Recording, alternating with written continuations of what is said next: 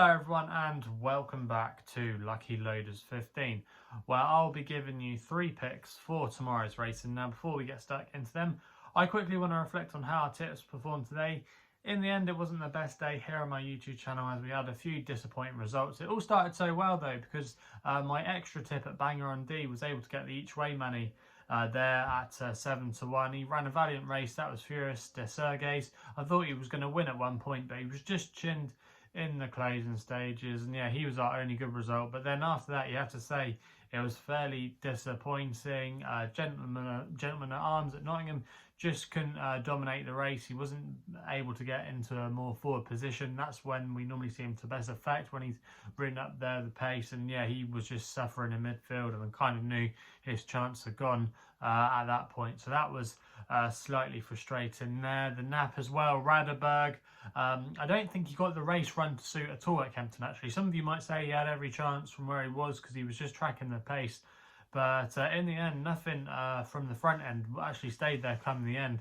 It was all set up for the closers, and Raderberg is normally a closer. He's normally ridden with a little bit more restraint, and his turn of foot is his main asset normally. But yeah, there was not much pace on him in the race, and he kind of was forced to race prominently. So I think that did go against him because he didn't fade out too much. He didn't go backwards too much. He was kind of there, but he just got passed by other horses, if that makes sense. He didn't lose loads of ground. He wasn't well beaten outside. He tailed off at the back of the field, but yeah, he just didn't have anything to take him into the race because the pace angle Imperial Sands was very slow out the gate. So it just kind of changed the whole dynamics of the race, and it was a really messy affair. So I wouldn't quite give up on Raderberg just yet, but he does need things for him to drop, I think, if he's going to win a race anytime soon. The other selection as well, Liberated Ladder to Catterick. He was very well supported, and in the end just wasn't able to justify that favouritism. We put him up at 3-1. I think he was round about at one point 13-8 today. So there was a lot of market confidence behind him, and you could see why, but as soon as they turned into the home straight and he was heading towards the stand side rail, we kind of knew our fate. He just went out like there was a sniper in the stands. Just very strange. Maybe the race came for him a little bit too soon, but yeah, it was very frustrating there because he was going okay, but yeah, it was just very, very frustrating. No excuses really. But yeah, it has been a disappointing day, but hopefully we can turn it around and be back amongst the winners again tomorrow. And like I said at the top of the video, I've got 3 tips for tomorrow's racing. We're going to be going to Lingfield for the first one of them, where we're going to be going with my nap. It runs in the 2:45, and I'm going to take a chance here on an old favourite of mine, Black Medick for Alla Beach, claiming 5, and he's riding for Laura Mongan. Now, at the current time recording, you can get this horse at 13-2 with SkyBet, who are offering 4 places on this race. I'm going to recommend a 1 point each way selection here. Now, this horse, Black Medick, did us a few good turns towards the end of last year when she got on a really good roll, and she's actually started to become very well handicapped now. She's now £5 below her last winning mark. She's running off a mark tomorrow of 54.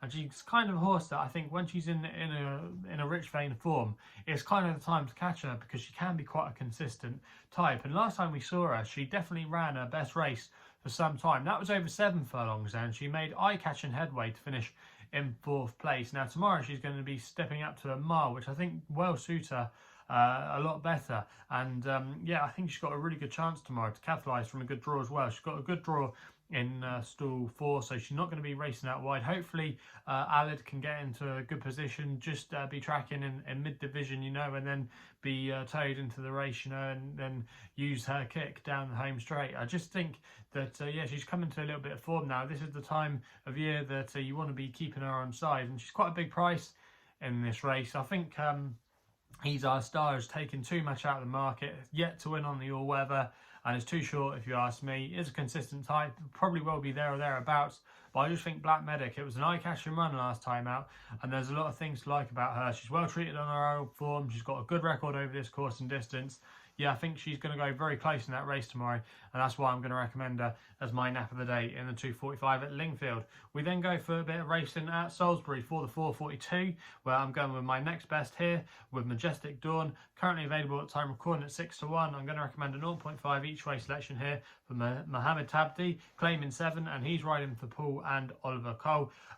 Mohamed Tabdi, actually, I have to say to him, I've always kept an eye out for him, you know, over the last couple of years. And it's only recently that he started been given a few more opportunities, and he's actually been capitalising on a few of those opportunities. He's had a couple of winners in the last few weeks, and he's been riding out for Poole and Oliver Cole, and they've given him a fantastic opportunity here on one of their better horses. And Majestic Dawn, I do think, has got a good chance in this race. He's got a few things in his favour.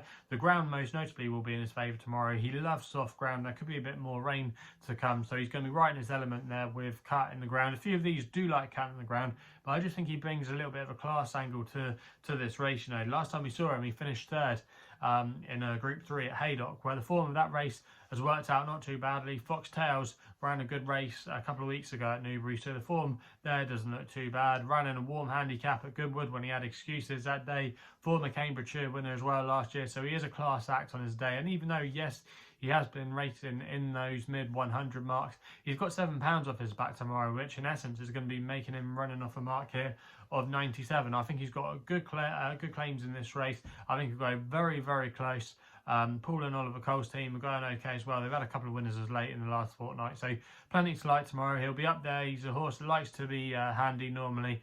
He's not too complicated, so I think if Mohamed Tabdi can get him into a good position early on, I think he'll be there or thereabouts come the end of the race. So that's why he's going to be my next best in the 4:42 at Salisbury. We then go to the long shot of the day, which runs in the 5:12 at Salisbury. Now we're going here with a horse here with my long shot, Orion Swift for Hector Crouch and Johnny Portman. Currently available at time recording at 20-1 with Paddy and Betfair, who are offering 4 places on this race. I'm going to recommend a 0.5 each way selection here. Now this horse, Orion Swift, is back down to his last winning mark of 79, and he's a horse that normally runs more consistently good races than bad races, and he's just been suffering, I think, this season from when he won back in April at Goodwood. When he won that day, he was put up a few pounds by the handicapper, and the handicapper's just had him by the short and curlies for the majority of this season, but he's now down, like I say, to his last winning mark of 79, and I think he's got a good chance in this race tomorrow. I think this trip of 1 mile 6 is kind of his optimum. He can get 2 miles, but I just think it sometimes leaves him a touch vulnerable. But in this race tomorrow, I do think he's got a good chance. He likes to be ridden forward as well. Not necessarily doesn't have to make the pace, but he'll be there or thereabouts. He won't be coming from too far back. You know, he likes to be up there. And I think that could just suit tomorrow at Salisbury, especially when the ground does get on the soft side.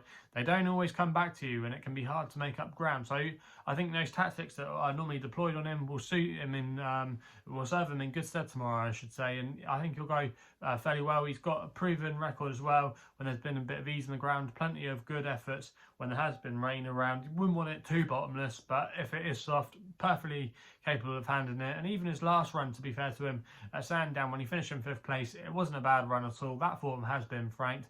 Frontis Peace, who does reoppose tomorrow, did go on to win at Newbury on his last start, but there's a £5 swing in the weights in our favour tomorrow. So that's going to be another thing that's in our factor. I just think Orion Swift here, he is overpriced, and yeah, I think he's got quite a few things in his favour tomorrow. So at 20-1, he's going to be my long shot of the day. So they're the 3 tips for tomorrow's racing. If you're still enjoying these videos, remember to hit the thumbs up button and subscribe here to my YouTube channel at Lucky Loaders 15. Also as well, if you want to follow me on social media, Twitter is the place to do so, where my handle is at Lucky Loader 15.